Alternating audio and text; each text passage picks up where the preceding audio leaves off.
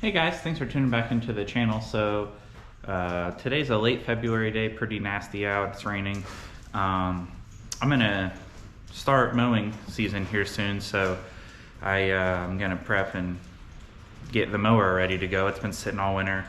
I have like 93 hours on it, so it's supposed to change everything at 100 hours, but instead of dealing with it after 1 or 2 days of work, I'm just gonna go ahead and do it now.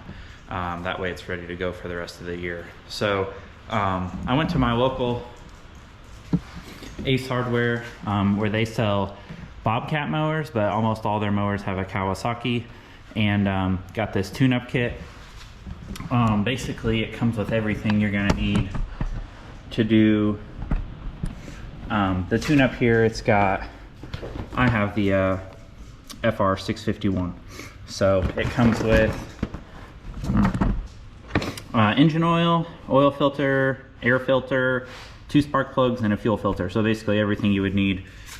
Makes it pretty easy instead of running around trying to gather all that up. Just kind of have it all there. So basically what I'll do is I'll pull this trim piece off, and that should pretty much expose all the parts that we're going to need to get to. And then we'll bust this all out real quick. Alright guys, so here's everything. We got an oil filter, air filter, spark plugs, fuel filter, and then I've got 2 jugs of oil down there. Spark plugs are going to be right here on each side of the engine, fuel filters right there, air filters under this cover, oil filters on the other side. But basically this should, if you've never done something like this before, it's super easy. You can definitely do it yourself. This is on a Kawasaki engine, like I said, but it's real similar for all small engines. So alright, and if you have never done this before, this is what I'm using. I've got 6-inch extension, 3/8 ratchet, a spark plug socket for the spark plugs. This is a fuel shutoff pair, shutoff pliers for a fuel line. You don't necessarily need that, but it makes it a lot cleaner. And then a flathead screwdriver, because this will open up the valve to drain the oil. I don't have an exact filter wrench for the oil filter, so I'm going to use this pair of adjustable pliers. Just grab it and rotate it, and then a light is just handy. So alright, since we're right here, we'll go ahead and start with the air filter. It's right on top here. This one's actually nicer. It comes with a pre-filter from the factory or dealership, whatever. It actually did not have that, so definitely a welcomed addition here. So I'm just loosening a thumb screw here.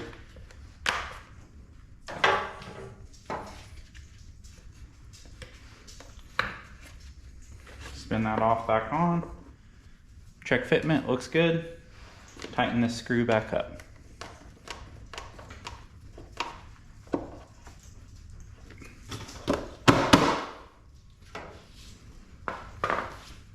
Next we can do spark plugs. So there's 2 on this engine, 1 on each side.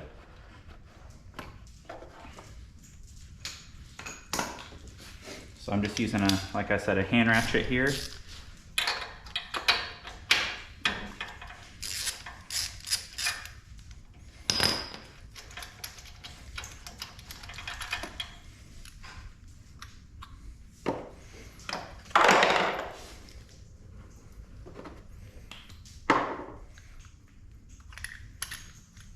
I don't have any issues with any of these spark plugs, but I keep extras on my truck, so I'm just going to go ahead and replace them. So hopefully they're good to go for the whole year and I don't have to bother with them, but you might be able to get by with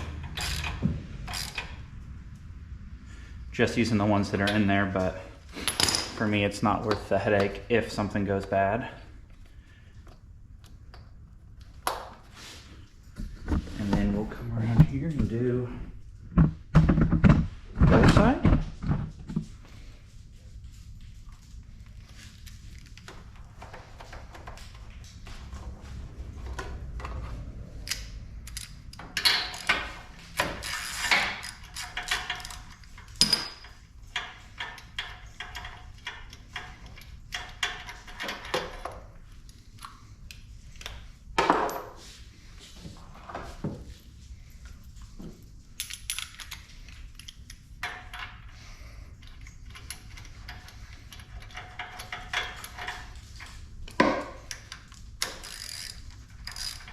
If you've never done something like this before, it doesn't need to be super tight. I just crank it till it stops.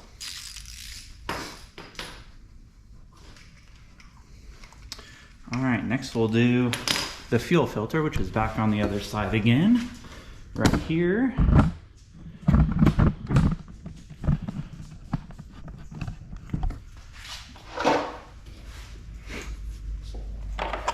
And these do make a difference. You see here there is a fuel flow arrow. This is the out, and the line on the bottom side comes from the tank. So I'm gonna go ahead and pinch the line from the tank, since that's where my flow will be coming from. And these, basically you just pinch it. Here, I'll pull you off and show you. If you've never used these, basically these, you just pinch it right on there, and it's got that lock to hold everything in place. And basically that'll prevent any fuel from coming out other than what's in the filter itself. All right, so what I'm gonna do here is just use a pair of adjusting pliers, and so I can pinch that clamp and slide it back down the line a little bit.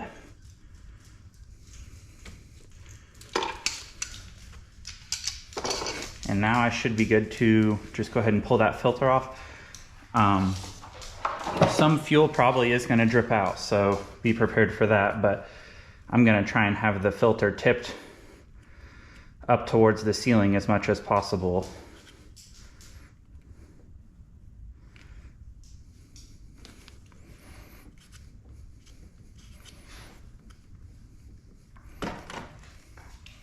So only a couple drops there.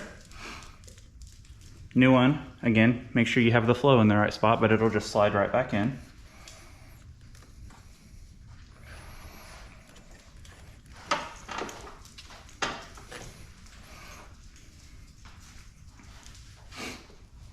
And then I'm holding this, I don't know if you guys can see, yeah, I'm holding this one up so it doesn't drip. I'm gonna pinch my clamp back.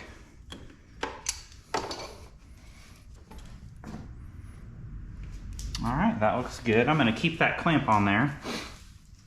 And then this one, just gonna slide it down as well. And this one, again, will leak. All right, I'm gonna try and drain as much of it as possible into this Powerade bottle.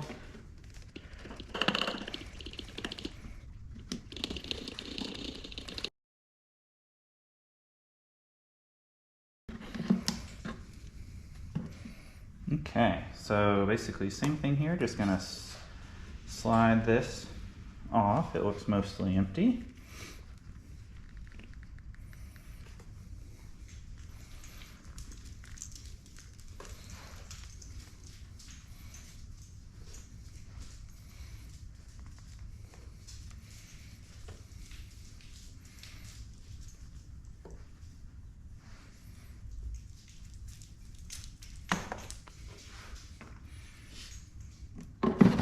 I spilled a little, but not too bad. And then just connect them back up.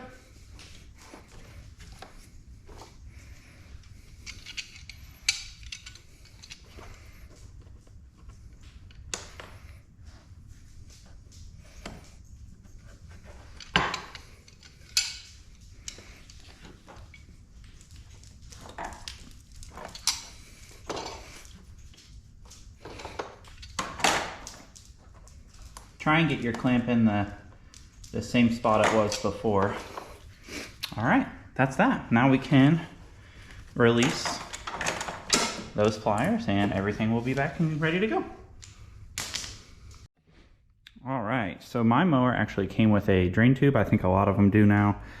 There's a little valve right there that you hook this onto, and then the hose actually bends underneath the frame of the mower and you can get into a drain pan. I'm gonna install that and then I'll get a closer shot and show you how that works.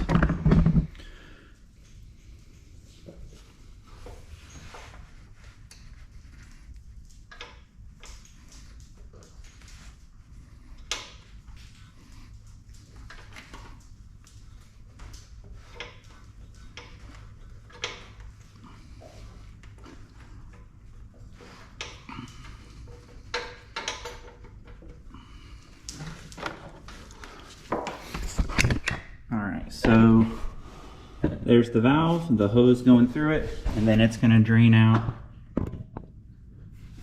right there. Oh, right there. So I'll slide my drain pan right under here.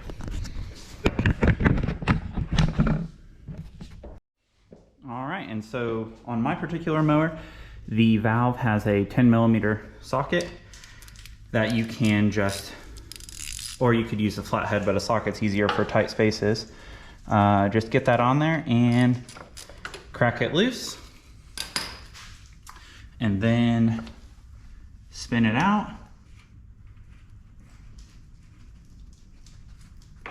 And on the underside, we should be getting oil. Yep, there we go. So kind of a small trickle. I'll open it a little bit more.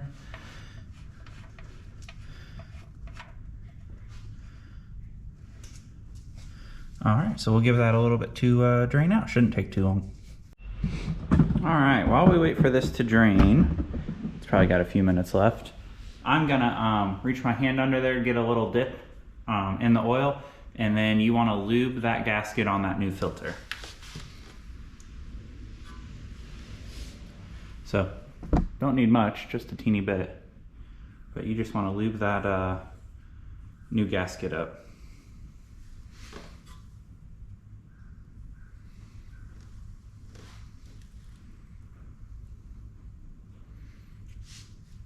That'll work. All right, it is pretty much down to a real slow trickle now, so I'm gonna go ahead and close this valve. Just screw that back in. And this is a plastic valve, so be real careful, but I'm just gonna snug it up.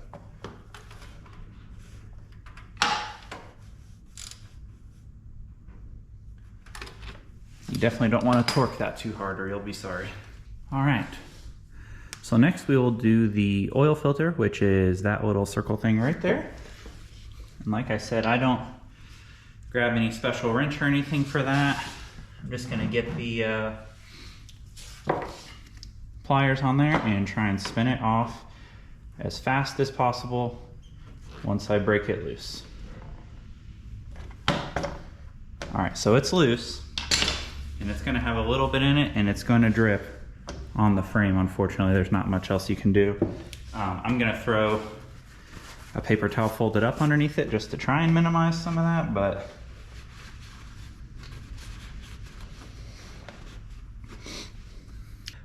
one thing I did wanna add is there's two 10mm bolts on the bottom of this, and if you pop those two bolts loose, you'll be able to pick that up and you can set it behind the dipstick tube there, and that'll allow you to get a lot more access in here. Lay a nice bed of paper towels down to kind of prevent any oil from running all over the place. I had some kind of bunched right there, but it flowed over and down those holes on top of the right transmission. Not a big deal, but you can definitely, if you get that up and out of the way, it could definitely help you just keep your machine a little cleaner. So just gonna try and spin it off real quick and have the new one ready to go.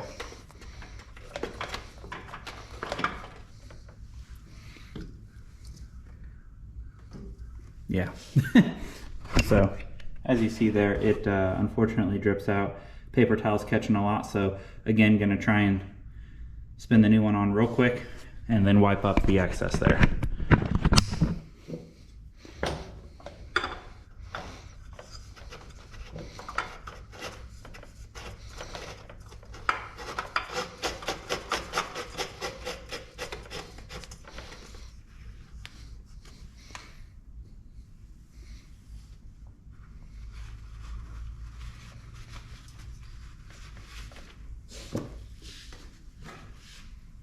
So the paper towel did a decent job, but some flowed over.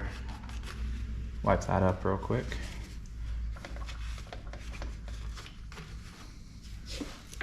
All right, so I've got a funnel here, and I've got the new oil.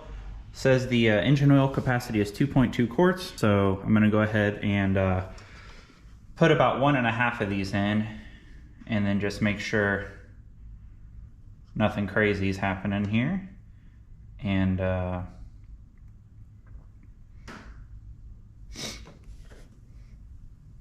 check the level there, make sure we got all the old oil out, I guess. Don't want to overfill it and make a headache.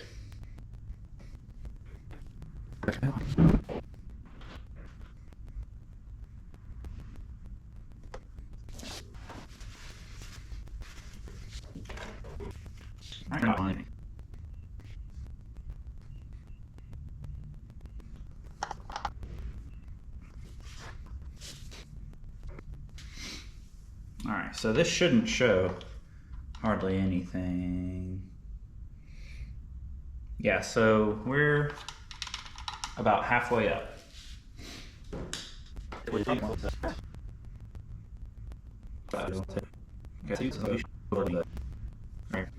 Alright, so we'll fire it up, see where that oil level's at, and then check it.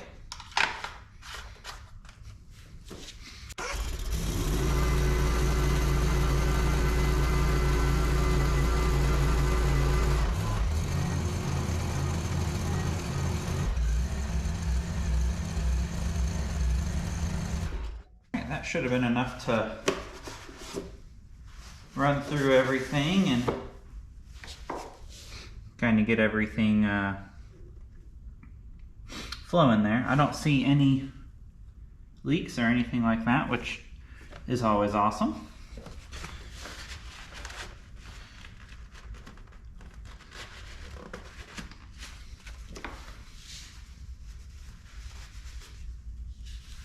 So we'll give that a couple minutes and then we'll check it. Alright guys, so it's been about, I don't know, 5-10 minutes. I honestly wasn't really counting, but it's been a couple minutes, enough time that it should have had plenty of time for everything to settle. So we'll go ahead and give this a check.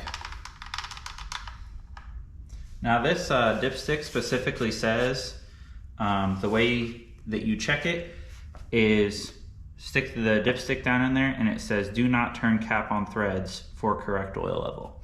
So basically we just stick it in there like that, don't spin it, and it's dripping a little bit here, but we are right, I don't know if you'll be able to pick this up on camera, but we are right at the full mark. So it's actually dripping down a little bit, but yeah, right on full, so right where we should be. And then, yeah, the last thing there is to do is just put this cover back. Last thing there is to do is just put this cover back here on the back, and it's ready to go. It's that simple. So if you've got any tips for others doing stuff like this, go ahead and add them down in the comments, and that way other people can definitely have a better time if they've never done something like this before, or even if they have, just making it a little easier on themselves. I appreciate you guys tuning in. Go ahead and hit the like and subscribe button if you haven't already, and don't forget to share it with your friends. Thanks.